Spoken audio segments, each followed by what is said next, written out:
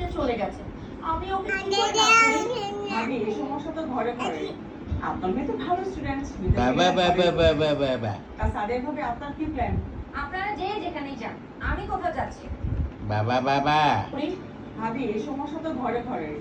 আপনার মেয়ে তো ভালো স্টুডেন্ট, বিদেশে গেলে ভালোই করবে। আর সাদিয়া ভাবে আপনার কি প্ল্যান? আপনার বাবা এই গুল্ডু গুল্ডু গুল্ডু গুল্ডু গুল্ডু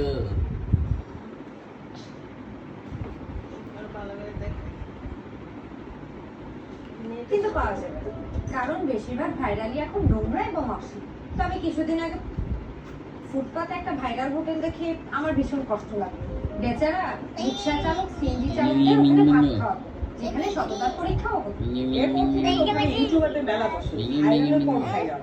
দূর দূরান্ত থেকে সবাই খেতে আসে, নারী পুরুষ কেউ বাদ নেই। অথচ যাদের জন্য এই হোটেলটা করেছে তারা